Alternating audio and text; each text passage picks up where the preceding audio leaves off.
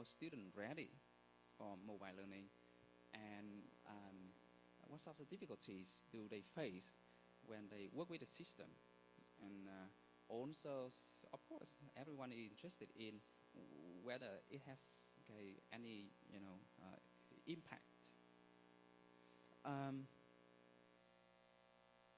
So we give student questionnaires, and these are some interesting things that we have learned. Right before entering these courses, now most of these students are new to the system, right?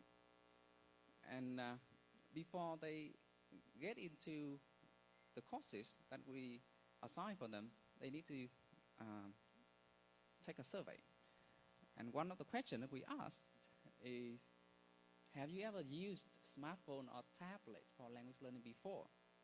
Now, 67% of the students say yes. What does it mean? It means that even though we do not plan to bring all of these things to provide this platform for the students, they are struggling themselves to find their own way to make use of their smartphone to learn languages.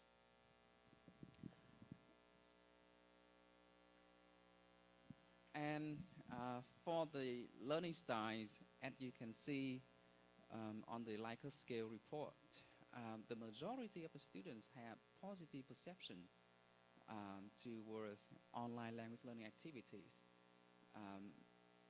A lot of them say that they prefer written information to be supported with visual aid, and they also think that the best way to remember something is to visualize it.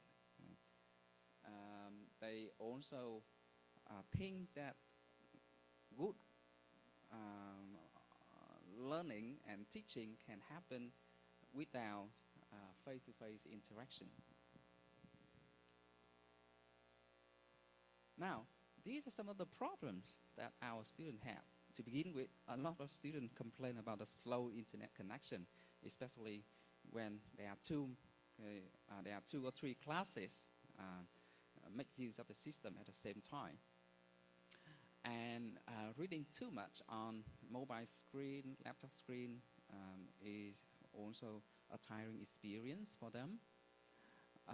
It's also quite easy for teachers to embed videos, embed internet link, embed reading documents into these courses, and students sometimes feel overloaded with the material provided in the course. So they make this complaint, it's hard to cover all of these materials when we work online. And so gradually we have to modify those courses. Either we tell the student that you need to, to choose what is most interesting for you, or we omit some of the materials that are not so relevant or not so important. In terms of learning style, although a lot of students appreciate their first-hand experience with an online learning system, but they still complain that they are not so comfortable working with all the tools in an online platform. Some students are also concerned about their weak computer skills. They find it hard to keep up with other students in the class when they time too slowly, or when they cannot find the links to the activity that they need while all the other students have already finished. But on the price side, you can see that the students are quite positive in their learning experience. A lot of them reflect that this system helped them to build 21st century skills like online collaboration, communication in the forums, communicating with each other via videos, posts, and they also think that these courses help them to build knowledge more efficiently. They like the variety of learning activities offered in the system, and of course, they enjoy the minimum amount of preparation work for those courses. No printing of handouts, no need to shuffle through all the material to find what they want. Whenever they log in, everything is in the right place. And it takes only 1 or 2 minutes to do attendance check, even in very big classes, something that takes much longer in traditional setting. Now, for the learning outcomes, we still need to do more studies on this, but I'm very happy to share these results with peers in Vietnam and in other places. Now, 100% of students graduating from our department in the university during the past 5 years got international C1 level certificates of English. So in order to be qualified to graduate, we require students to submit in the beginning, okay, IELTS 6, okay, that's C1.1, or TOEIC 800 for the business English programs. But you can see that starting from 2015, the level is raised. We require all students to have IELTS 6.5 and above, and TOEIC score to be 850 and above.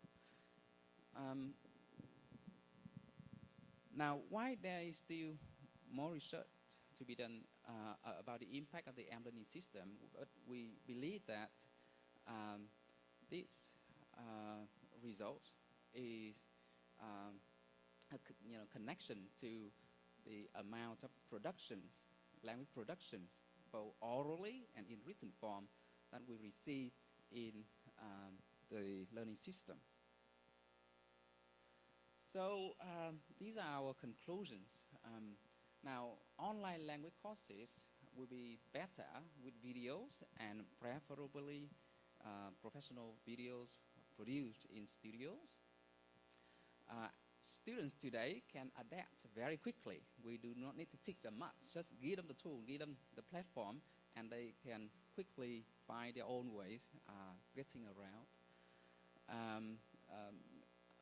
A mobile learning system like this helps students to produce language much more, both orally and in written form, and this in turn helps them to build up their language proficiencies. For the university in Vietnam, we make 2 suggestions. I hope this applies to other places too. Instead of buying expensive computers, hardware, computer labs that get outdated in 3 or 5 years, even if you do not use them now, the university should invest on the internet infrastructure. Now, we need fast, reliable internet connection rather than expensive interactive whiteboard or computer labs for the university. Also, if there is investment, then some of those investments should come to producing digital content. Good videos last very long, and also good videos can help us to even get back some of the investment costs when we share to platforms like Udemy or Coursera. And with that, I would like to end my presentation. Thank you very much for the kind attention.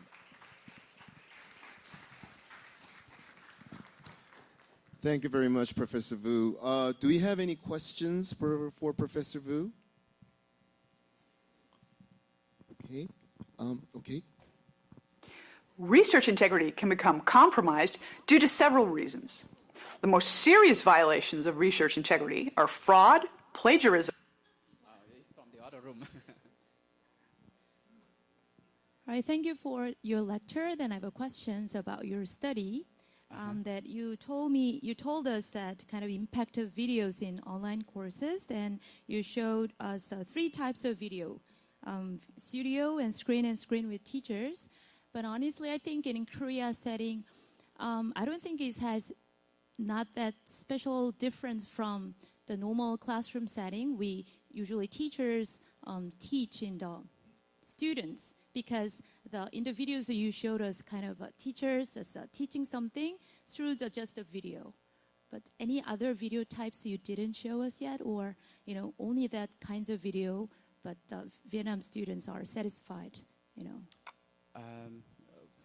Actually, for the study, we just focus on the videos that we produce ourselves. But in online courses, we also embed videos from other sources, from other partners and some other channels like YouTube or Vimeo, as long as they are relevant to the course contents. But in this study, that's true. We just focus on those 3 kinds of videos that we ourselves produce. Okay, so I think that the main reason for students are satisfied with video learning is that they don't have any limitations in learning. Like they don't have to just come to classroom for learning, but they just turn on the computer anywhere, anytime they want. So kind of repetitive, the learning enhances their learning, do you think? That's maybe true, but in the beginning, I mentioned that these videos were added in online courses that were deployed in a planned mode. That means we still have a lot of face-to-face sessions like this, and in face-to-face setting like this, sometimes we ask students to log into the system and then click on this link, for example, watch this very short clip and then discuss. Look at this handout and then discuss. Or sometimes, when the session is too long and we want to add color to the classroom, we ask them to have a discussion online, and then the teacher can look through all of the posts and make some comments. Now, we also have completely online courses where the learners are scattered around in Vietnam, but that is not reported in this study. I think part of the level of satisfaction is because students compare these courses with the other traditional courses that they have zero experience with the system.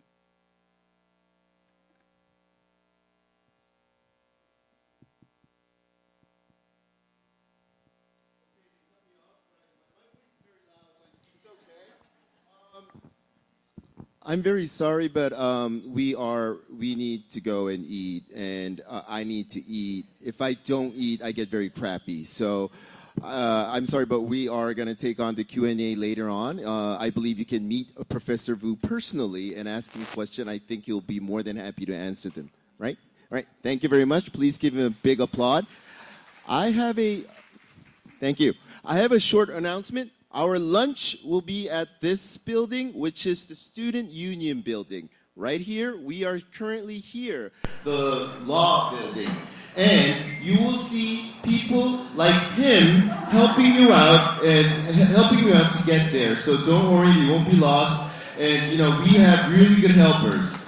예, 그래서 법학관에서요 쭉 나가셔서 호수 맞은편에 학생회관으로 가주시면 되겠습니다. 분홍색 옷 입은 분들이 많이 도와주실 거예요. 예, 그럼 좀 이따 뵙겠습니다.